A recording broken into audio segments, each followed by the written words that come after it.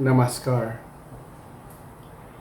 Dr. Carolyn Howe, our guest speaker, our faculty, staff, alumni, students, and friends, a pleasant afternoon to all. During the opening message to student orientation every semester, I usually start my remarks by quoting the words of Rabindranath Tagore, the first non-European to win the Nobel Prize in Literature, when giving my 2 cents worth message to incoming students. I feel that it is appropriate to quote it once again at times when you are about to leave the portals of the university as students. Tagore said, and I quote, that you cannot cross the sea merely by standing and staring at the water, unquote. Indeed, for the last 2, 3, or more years of stay here in the Asian Center, you did not merely stand and stare to cross the sea, but you work hard to finally earn your degree. Much more, to receive your degree at times when the world is suffering from this pandemic. Such resilience is best exemplified by your virtual presence to witness your own graduation program this morning and this afternoon's recognition rite. Indeed, this afternoon's program is an historic event for all of us because of several reasons. First, you were able to surpass the challenges of schooling while most of you are working. Second, you were able to survive and witness your own graduation despite the continuing threat of COVID-19. And third, you were able to witness your own graduation and earn your degree through this special online program. These things are something that we should be thankful as we conclude your academic journey in the Asian Center. To our graduates, I hope that the passion of learning will not stop here. You must continue to learn and share the fruits of your learning to others. As you continue to write another chapter of your life, always remember as a scholar ng bayan to put forward what our founders wanted us to live with 65 years ago. To understand Asia in the Philippines and locate the Philippines in the context of Asia. Wherever you are, please continue to serve the people with excellence and stand with them, if necessary, with compassion. On a personal note, this is also historic to me since this will be my last time to witness the annual recognition rite as the Asian Center's Dean. Thus, I would like to thank all people, the executive board, faculty, staff, alumni, and most especially students who have helped me during my term as administrator. I would like to thank our guest speaker, Dr. Carolyn Howe, for accepting our invitation. Let me take this opportunity as well to thank Prof. Rolando Tolampas for his effort to make this recording possible, and to our staff, especially Angel, Bob, Abel, Micah, Danae, and Janus, who helped in making this online recognition a reality. A billion thanks to you. To our graduates, pagbati at padayon sa paglilingkod, pagmamalasakit at paninindigan para sa ating kapwa at sa bayan ngayon at sa susunod na mga panahon. Mayong hapon at maraming salamat sa tanan.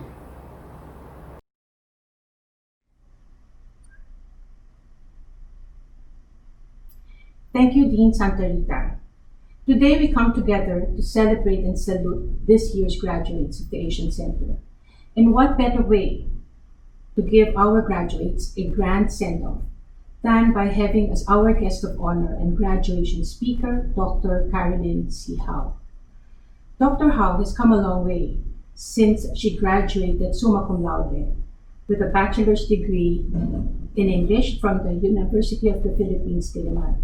She earned her MA and PhD in English Language and Literature at Cornell University, where her dissertation entitled Promised Nation, Literature and the Problem of Consciousness in the Post-Colonial Philippines was awarded the Lauriston Sharp Prize.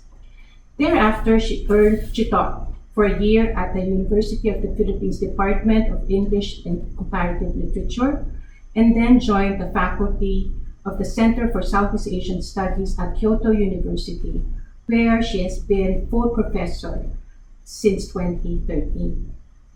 A prolific writer, Dr. Howe's works delve into Philippine, Filipino-Chinese, Asian, and Southeast Asian literature, cultural history, as well as politics and society. She is the author of 6 books, and editor of 7 anthologies, including The Necessary Fictions, Philippine Literature and the Nation 1946 to 1980, The Chinese Question, Ethnicity, Nation, and Region in and Beyond the Philippines, and Elites and Ilustrados in Philippine Culture. She also co-authored the volume Traveling Nation Makers, Transnational Flows and Movements in the Making of Modern Southeast Asia. Dr. Howe has also produced literary works, a novel, Tiempo Muerto, and 2 collections of short fiction, Recuerdo de Patay and Other Stories, and Demigods and Monsters Stories. While involved in many regional and international academic networks, Dr. Howe has maintained her links with UP. In particular, she has been a partner of the Asian Center in at least 2 major undertakings. She was among the prime movers in the establishment of the Consortium for Southeast Asian Studies in Asia, or C-Asia, of which the Asian Center is a founding member. She is also a member of the International Advisory Board of our journal, Asian Studies, Journal of Critical Perspectives in Asia. Please join me in welcoming our distinguished guest, Dr. Carolyn C. Howe.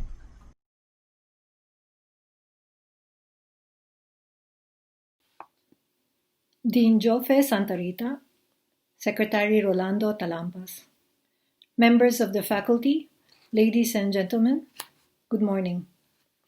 I'm greatly honored and privileged to be part of the Recognition Day ceremonies at the UP Asian Center and to share in the celebration and camaraderie of the graduates, teachers, and staff of the Masters of Arts program in Asian Studies.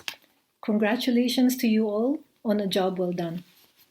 As students of and from Asia, we are well aware of the importance of this region for the Philippines and the world. From recorded history to the early 19th century, Asia's share of the world's gross domestic product, measured in terms of purchasing power parity, amounted to some 2/3, although its share of the world economy declined drastically from the 19th to mid-20th centuries, while that of Western Europe and the United States rose rapidly, owing in large part to its experience of colonialism, semi-colonialism, and imperialism by these powers, and also by Japan. This region has since regained its position as the leading growth center of the world. Minus Japan, between 1960 and 2018, developing Asia's share of the global GDP went from 4.1% to 24%. Taken as a whole, this region also looks very different now. 60 years ago, 2/3 of the labor force was engaged in agriculture. Now, more than 65% work in industry and services, even as improving agricultural productivity and the lives of our farmers and fisherfolk continues to be critical to regional growth and transformation. The region has also become increasingly urbanized. Some 1.9 billion people in this region now live in cities, and if the trend continues, about 2/3 of the region's population, or roughly 3 billion people, are projected to become urban dwellers by 2050. 6 out of 10 of the world's largest megacities are already in Asia. and Asian megacities are projected to increase from 17 to 22 out of the total 37 megacities in the world by 2050. This region has also become much more integrated, at least economically. The annual average share of the region's intra-regional exports to total exports rose from 36% in the 1960s to 56% in the 2010-2018 period. While the US and the European Union used to account for half of Asia's exports in 1960, they now account for just 27%. Within Asia, Japan had been the major export destination until the 1990s, accounting for some 9% of Asian exports. China has since replaced Japan, going from 2% to 15% in the 2010-2018 period. The nature of exports has also changed from mainly labor-intensive raw materials to higher value-added and capital-intensive products. Asia receives about 35% of the global foreign direct investment flows, and its economies are increasingly linked and dependent on each other through their participation in global value chains. The creation of global value chains has been largely the result of what Richard Baldwin calls the second unbundling.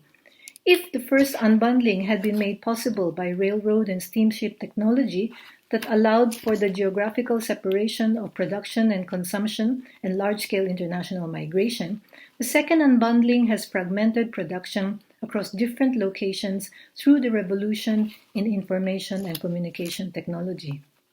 The Philippines and India in particular are also partaking of the so-called third unbundling, in which digital technologies that power telepresence and telerobotics allow the geographical separation of labor and labor services alongside the use of such digital technologies in manufacturing global value chains. These statistics, boring as they are crucial to understanding why Asia matters, and just as important, what is left out of or missing from such accounts, and why it matters to study Asia in broader, more nuanced ways. These statistics paint a picture of growing regional economic clout, connectivity, and interdependence, but not of poverty, dispossession and disenfranchisement, urban blight, rural immiseration, deepening inequality, violence, discrimination based on race, class, gender, ethnicity, nationality, religion, and sexual orientation, and environmental degradation. They don't tell us about the contentious politics of inclusion and exclusion, the unequal power relations that underpin the processes of nation as well as region making in Asia. Nor do they tell us how national and regional imaginaries and communities take shape, are contested, and need to be reinvented. They don't tell us about leaders who insist that they alone have the correct understanding of the common good. They don't tell us about people who invoke Asian values to fob off domestic and international criticism of the authoritarian ways in which they run their governments and justify violence against their own people. It's our task, your task, as students of Asia, to make sense of what's happening and to make intervention to the best of our abilities, whether at home or abroad, in academia or business or policy communities or government or civil society, through networks and institutions, hopefully through participation in social and political movements. Market-led regionalization and institution-building regionalism have spurred efforts to think and make region in the name of Asia by a variety of state, market, and societal actors. Such efforts are intended to manage the opportunities, but also the unequal power relations and the risks and uncertainties that arise from these countries and people's deepening entanglement with each other and with the world. But these initiatives have been for the most part top-down, technocratic, and elite-led, even as they have real consequences for the everyday lives and livelihoods of ordinary people. Think, for example, of the East Asian co-prosperity sphere, the roots of which go back to the Pan-Asianist solidarity that supported nationalist, revolutionary movements in China, Korea, Japan, the Philippines, and other countries, but which would later be conscripted to shore up Japanese imperialism and its colonial subjugation of Asia.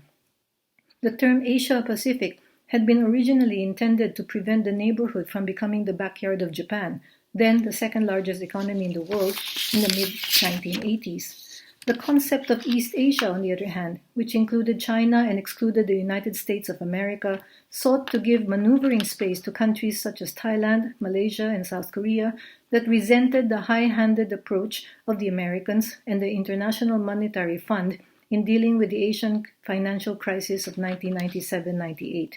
Trans-Pacific represents an attempt to create a trade regime for the 21st century before mainland China becomes powerful enough to intervene in it. Never mind that Donald Trump withdrew from the negotiations.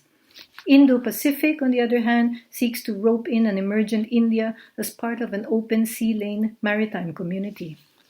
The Belt and Road Initiative, or One Belt and One Road, as it continues to be called in mainland China, offers a geo-economic strategic vision of a China-centered system stretching across Asia, Europe, Africa, and the Americas.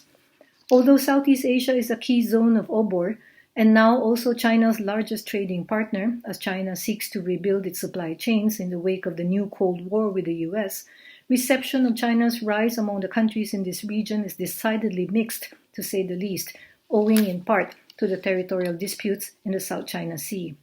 Asia, in other words, is not only the world's factory and marketplace, it is also conceived as a hotspot fraught with risk, danger, and uncertainty. It is a hotspot for emerging infectious diseases, as we have seen with SARS and now with the coronavirus disease 2019. It is a biocultural hotspot, with Southeast Asia alone accounting for some 20 to 25% of the world's plant, animal, and marine species. Asia is also a blue water hotspot in terms of the consumption and wastage of surface and groundwater resources, a hotspot of land conflicts and boundary, border, and territorial disputes at the local, national, regional, and international levels. A hotspot as well in the new Cold War between mainland China and the United States. I'm very much heartened by the fact that the Asian Center continually affirms its commitment to, quote, develop closer and broader contact with Asian peoples in the field of learning and scholarship, unquote. The Center's stated mission of, quote, attaining knowledge of Filipino national identity in relation to other nations through studies on various aspects of Asia, unquote, remains timely and important. More than ever, we need to promote theoretically sophisticated, empirically grounded, policy-oriented, and public-spirited understanding of the peoples, places, and processes in the region. Being Filipinos who live in the region affords us good perspectives and vantage points that can serve as grounds of comparison from which we can think and work through local, national, regional, and global issues across areas and disciplines over time. It was, after all, the founding of Manila in 1571 that gave birth to world trade and triggered the reorganization and reconstruction of the East Asian trade and tribute system, thus inaugurating China's silver century. Over 1/4 of the 1.2 million seafarers who make it possible for 9/10 of the global trade to be conducted by sea are Filipinos. Filipinos, along with other Asians, are the heaviest users of the internet and mobile phones, technology that can be used to voice dissent and mobilize activism, even as it can be used for surveillance and repression. In other words, events that happen around the world affect us Filipinos. By necessity and by choice, we Filipinos have had to adopt local, national, regional, and global lenses to view our country, our people, and our world. Region matters to home scholars and activists like Walden Bello, who call for reclaiming deglobalization by foregrounding the ethical perspective that addresses the social and ecological inequities and costs of globalization, and defends the diversity of alternative principles of economics and community making based on transregional cosmovisions of what our Latin American counterparts call buen vivir, or living well. Bello's calls for giving more priority to new modes of production beyond the capitalist one, production that is accompanied by radical redistributive policies, hinges in part on replacing global institutions like the World Trade Organization and the IMF with, quote, regional institutions built not on free trade and capital mobility, but on principles of cooperation, unquote. I hope that our new graduates will take up the challenge of working for a better understanding of, and just as important, help make possible a more inclusive, just, and equitable Philippines, Asia, and the world. Maraming salamat at mabuhay ang Pilipinas, mabuhay ang Asya.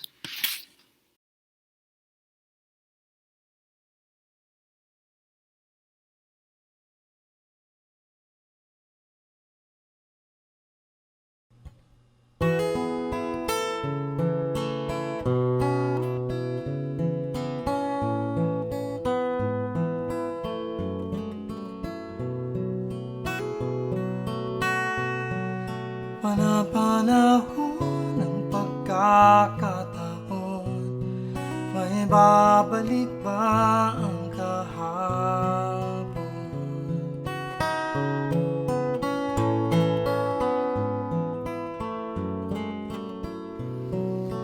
Natatandaan mo pa ba nang tayong dalawa'y unang magkita? Panahon ng kamusmusan sa piling ng mga bulaklak at halaman, doon tayo nagsimula magharap at tumulad.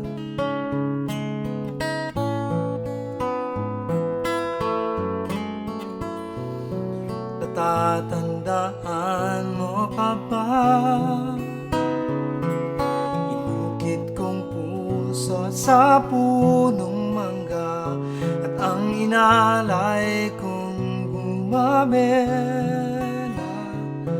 pagkahawak kamay sa dalampasigan, malayang tulad ng mga ibon, ang gunita ng ating kahapon. Ang mga puno't halaman ay kabiyak ng ating gunita.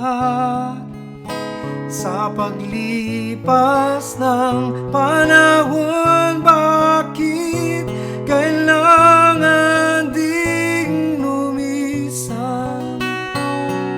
Panapanahon ng pagkakataon, may babalik ba ang kahapon?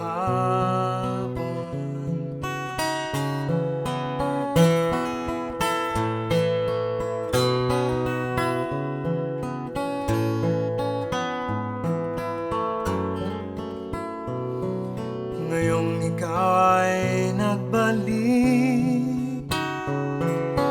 tulad ko rin ng iyong pananabik, makita ang dating kanlungan, tahanan ng ating tula at pagkarap, ngayon ay naglaho na. Saan hanapin pa? Lumilipas ang panahon, kabiyak ng ating gunita, ang mga puno't halaman, bakit kailangan lumisan? Lumilipas ang panahon, kabiyak ng ating gunita, ang mga puno't halaman, bakit kailangan lumisan? Panapanahon ng pagkakataon, may babalik ba ang kahapon?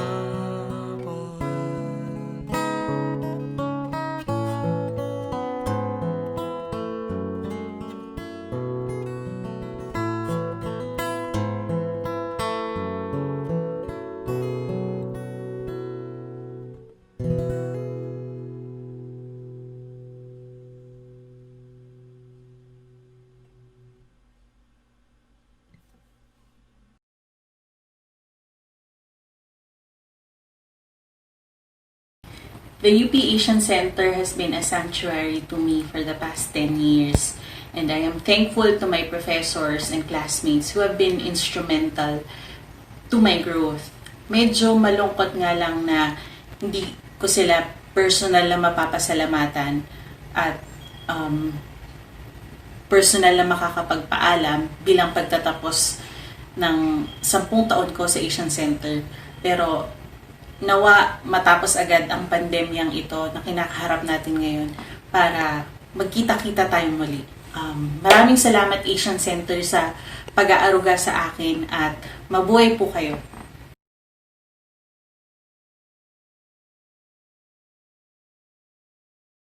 While at the Asian Center, I had a fair share of countless of difficulties. Andyan ang pakiusap sa boss para lang makahabol sa 5 p.m. class sa Asian Center at countless of leave of absence para lang magkaroon ng time para gumawa ng research na ipapasa at 12 midnight. Dahil tulad ng karamihan, ako rin ay nagtatrabaho habang nag-aaral.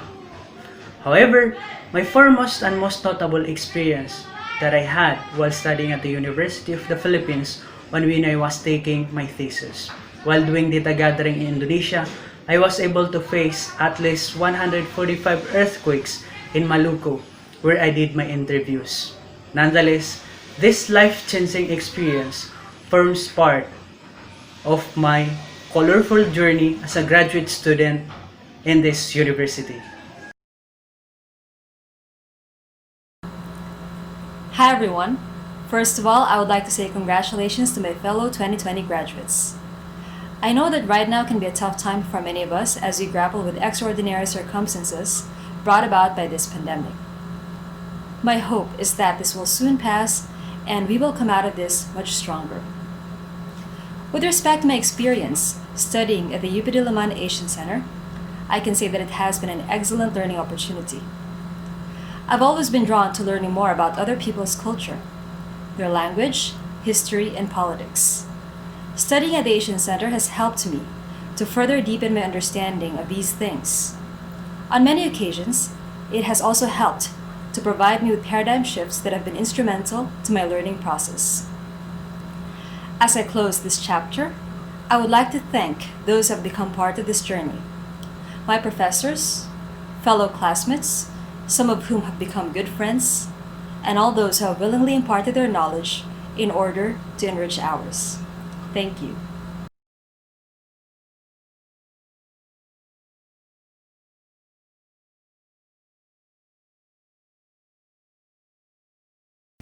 Minasan, konnichiwa. My name is Jefferson R. Mendez, a graduate of Master in Asian Studies, major in Japan Studies. My experience in AC as a student is like a roller coaster ride. I learned so many things about Asian studies and how Asia should be studied. These learnings are complemented with excellent training and mentorship from AC professors. I will be forever grateful to Dean Jope Santa Rita, Sir Rolly Talampas, Ma'am Cecil Medina, Ma'am Michelle Palumbarit, Ma'am Tina Clemente, Matthew Sensei, Jo Sensei, and of course, Ma'am Eileen Baviera. Maraming salamat din kila Sir Robert at Kuya Abel at sa lahat ng mga babait na security guards ng Asian Center. Nakakamiss din ang mga facilities ng AC, lalo na ang auditorium, library, ang lobby, at ang Via Mare. Indeed, my experience in AC is a remarkable one. I will truly miss Asian Center. Ang tagumpay na ito ay para sa iyo, AC. Maraming salamat. Madaling paglalakbay ang 7 taon na pamamalagi ko sa Asian Center. Ngunit marami akong natutunan at saka marami akong babaunin na karanasan. Sa mga nakatrabaho ko dyan sa Asian Center, maraming salamat sa inyo. Sa mga professors ko na nagsabi sa akin na may kakayahan pala ako sa pananaliksik. Sa aking advisor, si Dr. Jope Santa Rita, maraming salamat sa hindi pagsuko sa akin bilang inyong advisee. At sa lahat ng mga magsisipag tapos na katulad ko, isang malugod na pagbati. Looking back on my journey in my graduate studies, I remember being extremely nervous during the interviews, but it was a great relief to find that during my time in the Asian Center, I really enjoyed my stay there. And with gladness in my heart, I just want to say thank you for all the staff and professors who helped me along the way. Every act of kindness that you've done will always be in my heart. I know that I worked really hard to finish my studies, but my presence in the college will not be there without your encouragement and patience. I'm truly grateful for the people who took the time to speak to me even if I would fail, and the good relationships I've made along the way. I also thank the Holy Trinity, my family and friends who've always been there to support me. You've all been the bits and pieces that form my diploma. With much love and thankfulness, I dedicate this achievement to all of you.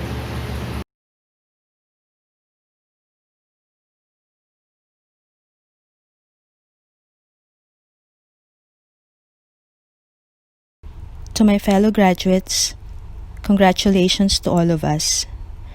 To our professors, mentors, friends, and the non-teaching staff of the Asian Center, maraming salamat po sa inyong lahat. My 4-year journey at the Asian Center was never easy, but I am proud to say that I made it. We made it.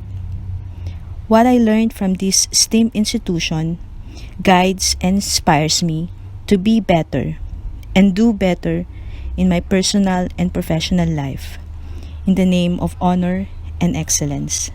Muli, taus-pusong pagpupugay at pasasalamat.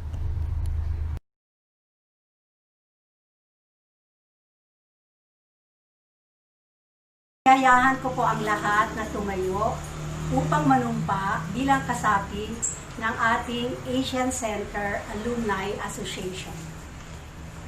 Itaas po ang kanang kamay at sundan po ang aking pagbigkas bawat linya. Ako, ibigay ang buong pangalan, ay taimtim na nanunumpa. Nagagampanan ko ng buong husay at katapatan sa abot ng aking kakayahan. Ang mga tungkulin ng isang nagtapos sa Asian Center na ngayon ay kasapi ng Asian Center Alumni Association. Aking itataguyod at ipagtatanggol ang mga simulain at adhikain ng samahan tungo sa patuloy na pagyabong ng marugdog na pag-uugnayan ng mga nagsipagtapos sa Asian Center ng Pamantasan ng Pilipinas. Kusa kong babalikatin ang pananagutang ito na walang anumang pasubali o hangaring umiwas.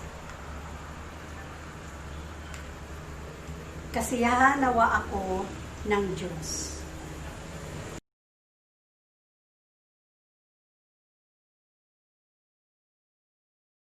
Irony is what one may find in my having missed my own commencement exercises. I should have attended these exercises twice here in UP Diliman. The first would have honored my mother's own wish to see one of her 7 children receive his pro forma diploma. Second chance, if I recall right, was when I traded my own attendance in my MA graduation for a meeting with a generous private foundation representative who was then screening for project proposals for possible funding of one of my own few advocacies. If I may, the said irony is that it has been the many times that I have, since teaching and administrative posts, attended other graduates' commencement and recognition ceremonies. I missed mine, but I have had to don the gown previously at the air-conditioned PICC for UP Manila's graduation. In Diliman, recent years saw me walking with sablay under the scorching heat of the early morning commencement exercises, sometimes with threats of inclement weather. After the 2014 calendar shift, approved by the University Council at the Asian Center Auditorium, moved the ceremonies to sometime in June or July like this. This goes without saying that becoming a faculty member, program head, or college secretary for more than 3 decades now were the least, even none of my own expectations. And having been AC's college secretary under 2 deanships has certainly been some kind of indulgence with the nitty-gritty of students grappling with academic requirements. Some students, among them, those who sat in my classes, took me as thesis advisor, even traveled with our group abroad, would have known firsthand that studying at the Asian Center has not only been about reading, writing, presenting, or submitting a final paper or taking an exam. By now, reflecting our situation has been framed in so-called time of the pandemic or COVID-19. But what now, if I may ask, how would you frame the pandemic in the time of your own graduation? Your graduation this morning and your recognition ceremonies this afternoon that have been technologized cannot just be ritualized milestones in your lives. Our lives, I should say. Time will come and ceremonies like this will take other forms, maybe even other meanings, as we face more complex and challenging situations, and as you take stock of how your education has prepared you to address even bigger challenges in the real world.